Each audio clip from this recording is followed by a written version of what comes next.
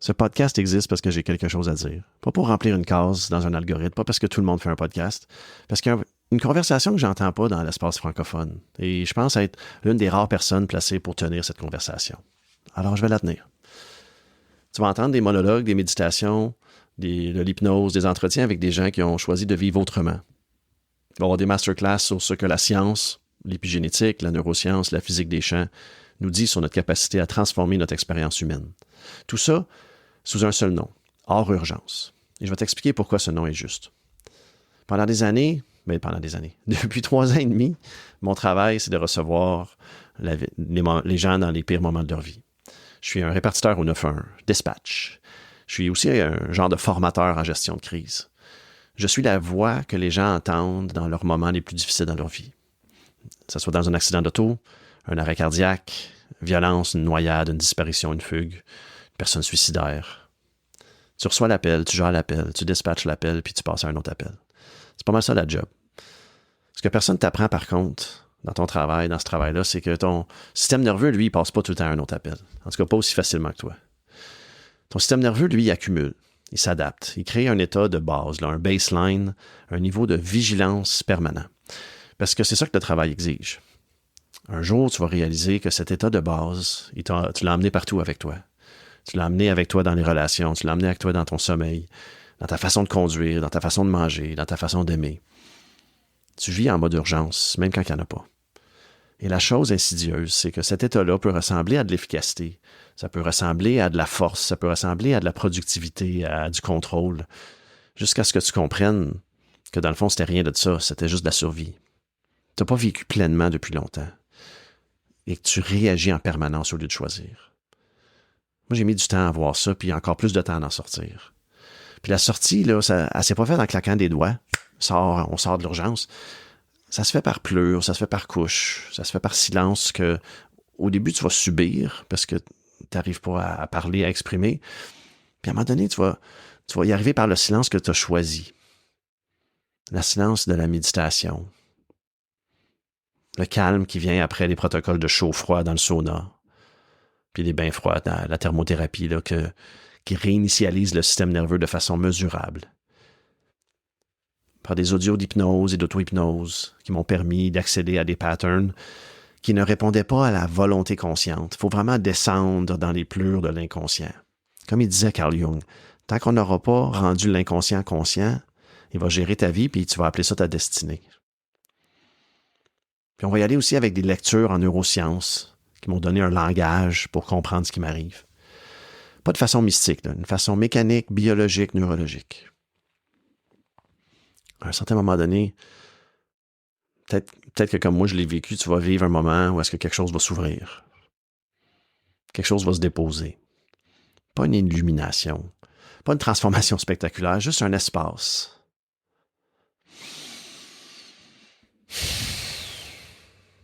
Juste un espace entre le stimulus et la réponse. Juste assez d'espace pour choisir. Pour choisir où tu vas mettre ton attention. Tu vas décider de mettre ton attention. Comme moi j'ai fait pour être présent à ce qui est là maintenant.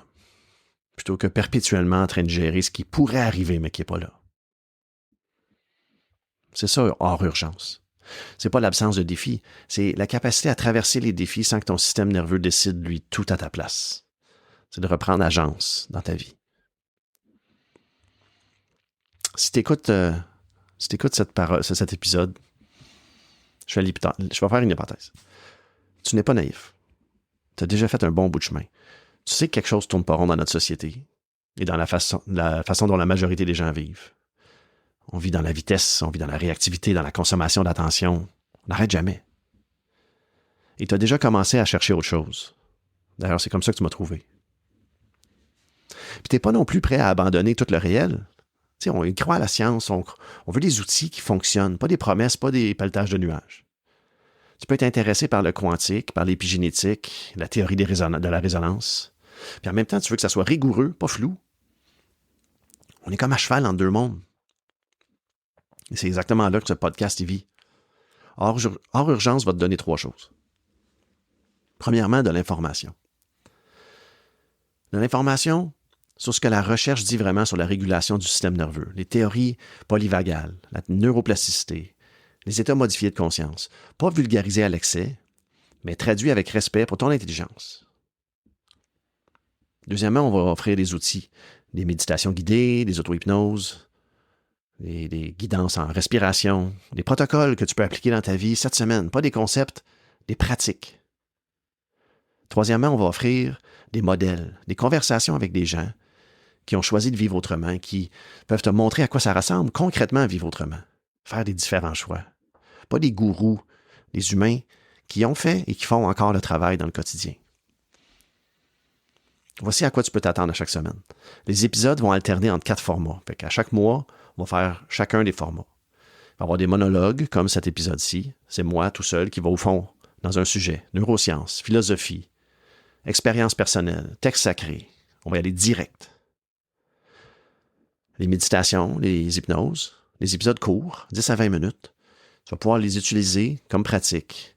Pas de contexte théorique, juste de l'expérience. Certains seront axés sur le système nerveux, d'autres sur la reprogrammation de croyances limitantes, d'autres sur le simple fait de revenir dans ton corps. On va avoir les entretiens, des conversations avec des praticiens, des chercheurs, des créateurs, des gens ordinaires qui ont fait des choix extraordinaires sur la façon dont ils habitent leur temps et leur vie. Puis les masterclass, des épisodes plus longs, plus denses, qui viennent du travail que je fais avec le studio Éveil. Ce sont des blocs de formation complets sur des sujets spécifiques.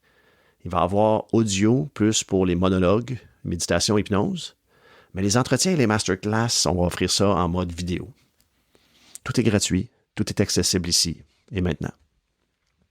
Il y a une chose par contre que les formats plus hauts, ils ne peuvent pas faire. On peut informer, on peut accompagner, on peut ouvrir des portes, offrir des pistes. Mais on ne peut pas créer la relation réelle qui accélère la transformation. Pour ça, il faut du contact humain. Il faut des gens qui avancent ensemble, pas parallèlement et séparés par un écran d'ordinateur. C'est pourquoi que j'ai fondé, en même temps que ce podcast, j'ai fondé les 12 cercles. L'idée est simple. 12 personnes maximum. Un cercle de 12 personnes, un engagement mutuel de développement. Un espace pour mettre en pratique ce qu'on explore ici. Et le faire avec des gens qui comprennent ce chemin sans qu'on ait à tout expliquer.